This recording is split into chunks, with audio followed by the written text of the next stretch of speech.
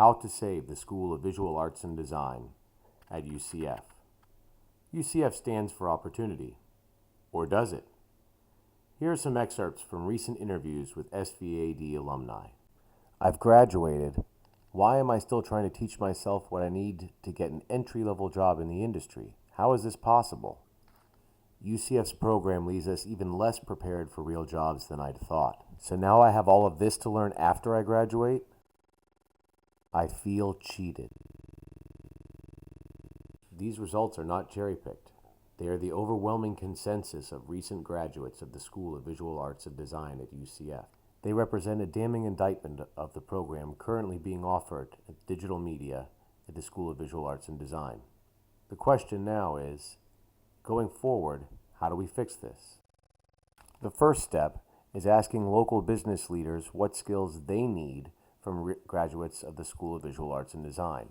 A simple Google search showed 19 simulation companies within a mile and a half of the UCF campus. The heads of those companies are a fantastic resource to ask each and every semester what skills are now currently appropriate for graduating students. Those skills should be taught. A search for local web development companies showed similar results. Why are we not asking these people what our students need to know? The customers of the School of Visual Arts and Design are our students, and those students and recent alumni all have one request in common.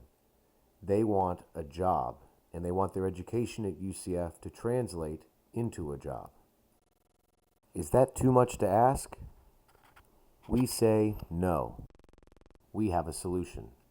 And that solution begins with breaking down digital media degree tracks at the School of Visual Arts and Design further into specific areas of expertise that are easily hireable upon graduation.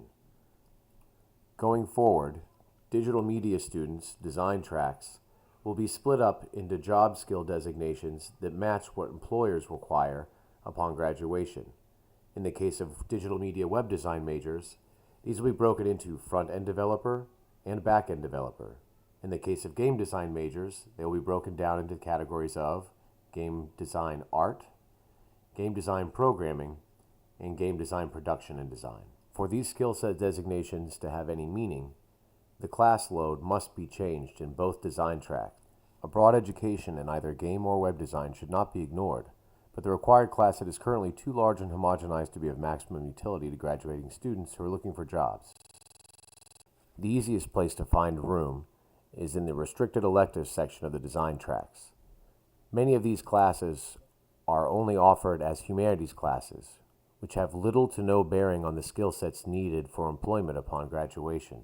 This one step alone allows students to delve further into their own specialities, thus being able to get a job when they graduate, instead of learning these things, as one instructor put it, quote, on your own time. The second place to look is at the core class load. There is no reason why a game programmer or web backend developer should be taking a studio art class. There is similarly very little reason why a game artist or front-end web developer should be taking object-oriented programming classes. With space now cleared up in the design tracks, individual restricted elective lists will be generated for specific design tracks. Another common complaint of current and former students is the inability to graduate on time. UCF has a terrible reputation in this regard. Many people even saying that UCF stands for You Can't Finish.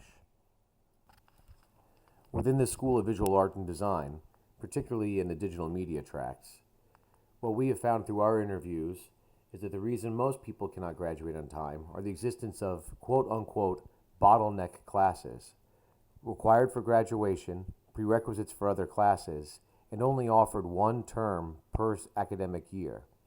Most of the students we have spoken to have had their stay at UCF extended by at least one semester, if not an entire calendar year, simply because they could not get into a bottleneck class. The practice of offering such essential classes only one semester a year must stop immediately. The third and final step in fixing this School of Visual Arts and Design involves the labs. Labs currently are not specifically tailored to certain disciplines, and therefore the TAs often available at labs have no idea how to help students on their projects. Labs should be broken up into subject-specific labs. Additionally, at least one lab at the School of Visual Arts and Design should operate 24 hours a day. And lastly, collaborative work is the hallmark of digital design. Our labs are currently set up in long row tables instead of in small cubicle settings that mirror the workplace. If we want our students to collaborate on projects, which is the purpose of the labs, the setup needs to be conducive to that. In conclusion, if these 3 steps are taken, we can be assured that the School of Visual Arts and Design, particularly in the digital media design tracks, will see itself rise in popularity around the country as a place for students to come and learn and as a place for employers to hire alumni. Please consider our proposal.